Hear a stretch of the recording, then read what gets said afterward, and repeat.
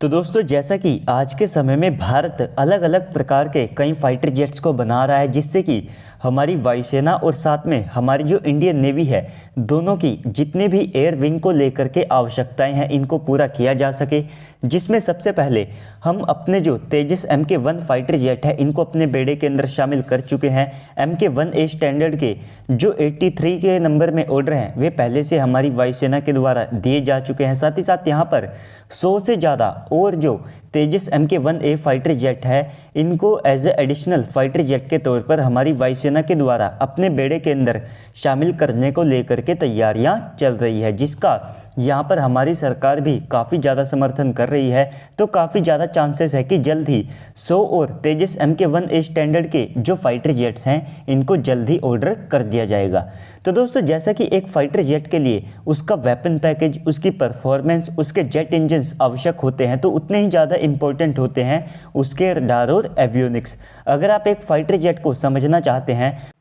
तो आप एक पूरे फाइटर जेट की जो टेक्नोलॉजी होती है, तो उसे शुरुआत से लेकर के एंड तक 4 पार्ट्स के अंदर डिवाइड कर सकते हैं। जहां पर आप पहले फेज़ के अंदर डिज़ाइन को ले सकते हैं, सेकंड फेज़ के अंदर आप इसके वेपन पैकेज, और थर्ड फेज़ के अंदर आप इसकी परफॉर्मेंस, और लास्ट में आप इसके जो रडार एवियोनिक्स होते हैं उनको लेकर के चल सकते हैं। तो यहाँ पर एक फाइटर जेट को कैसे यहाँ पर डिज़ाइन करना है, ये उसके डिज़ाइन फेज़ में आ जाता है, कैसे उसके RCS को कम रखना है। लेकिन इसके बाद में जो बाकी के फेज़ होते हैं, जैसा कि इसकी परफॉर्मेंस, रडार एवियोनिक्स और साथ में वेपन पैकेज, तो इन सब में से जो सबसे ज़्यादा इम्पोर्टेंट होता है वो होता है इनका रडार और साथ में एवियोनिक्स सिस्टम। क्योंकि दोस्तों, जब तक एक फाइटर जेट अपने टारगेट्स को यहाँ पर आइडेंटिफाई करके उनको सर्च एंड ट्रैक करने में कैपेबल नहीं होगा, तो तब तक वो फाइटर जेट अपने एनिमी टारगेट्स के ऊपर, अपने जो फाइटर जेट्स के ऊपर लगे हुए वेपन्स हैं, उनको भी यहाँ पर फायर नहीं कर पाएगा।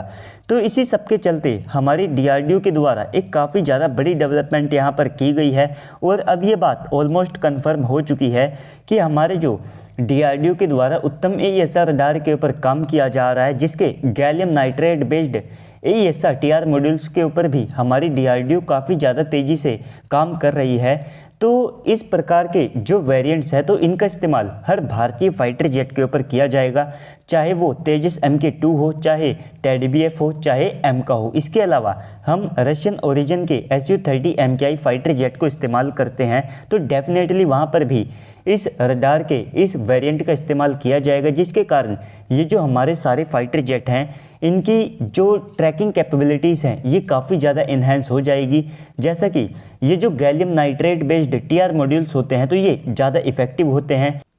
और इसी के साथ में यहाँ पर सबसे ज़्यादा चांसेस होते हैं कि ये फाइटर जेट के ऊपर लगे होने के बाद अपने जो टारगेट्स हैं उनको जल्दी यहाँ पर आइडेंटिफाई करके ट्रैक कर सकते हैं। और इसके अलावा इनको जैम करना भी काफ़ी ज़्यादा मुश्किल होता है, जिसके चलते ये एक जैमिंग एनवायरनमेंट के अंदर भी काफ़ी ज़्यादा आसानी से ऑपरेट कर लेते हैं। और इसके बाद में यहाँ पर भारत जो AESR रडार डेवलप कर रहा है, तो ये काफ़ी ज़्यादा कम पावर को कंज्यूम करेंगे, जिससे कि जो फाइटर जेट के ऊपर लगे हुए जेट इंजन्स होंगे, तो वहाँ से ये काफ़ी ज़्यादा कम पावर के साथ में अच्छी जो इफ़ेक्टिवनेस है उसे देंगे। इसके अलावा इनकी जो रेंज है वो भी काफ़ी ज़्यादा होती है। इसके कंपैरिजन में इनका जो वेट है वो भी काफ़ी ज़्यादा कम कर दिया जाता है, जिसके कारण फाइटर जेट के ऊपर ओवरऑल जो लोड है वो भी यहाँ पर थोड़ा सा कम हो जाता है। साथ ही साथ यहाँ पर इनका जो कूलिंग सिस्टम है वो भी काफ़ी ज़्यादा बेटर माना जाता है। तो ये आप सब लोगों को हर मामले में जो गैलियम आर्सेनाइड बेस्ड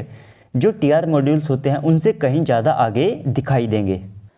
बाकी रही बात इस रडार की डेवलपमेंट को लेकर के, तो देखिए दोस्तों, हमारी DRDO के द्वारा हाल ही में एक विरूपाक्ष नाम के टेस्ट बेड के ऊपर इस प्रकार की जो टेक्नोलॉजी है इसको टेस्ट किया गया था, जिसके बाद में हमारी DRDO फुल स्केल का एक जो AESR रडार है वो यहाँ पर डेवलप कर लेगी, जिसका इस्तेमाल भविष्य में हमारे जो Su-30 MKI फाइटर जेट है सबसे पहले वहाँ पर किया जाएगा, जहाँ पर इसके अंदर 2200 के आसपास जो TR मॉड्यूल्स हैं वो आप सब लोगों को दिखाई देंगे। और इसके अलावा इसकी जो रेंज है वो भी 400 से लेकर के 450 किलोमीटर के आसपास में रहने वाली है, जिसके चलते ये स्टेल्थ टारगेट्स को भी यहाँ पर ट्रैक करने में कैपेबल होगा। तो दोस्तों, ओवरऑल इस पूरी वीडियो के बाद अब आप सबको क्या लगता है कमेंट सेक्शन में बताइएगा। साथ ही साथ अगर आपको वीडियो अच्छी लगी है तो वीडियो को लाइक कर दीजिएगा। अगर आप चैनल के ऊपर पहली बार आए हैं तो प्लीज़ से चैनल को भी सब्सक्राइब कर दीजिएगा। तो तब तक के लिए गुड बाय।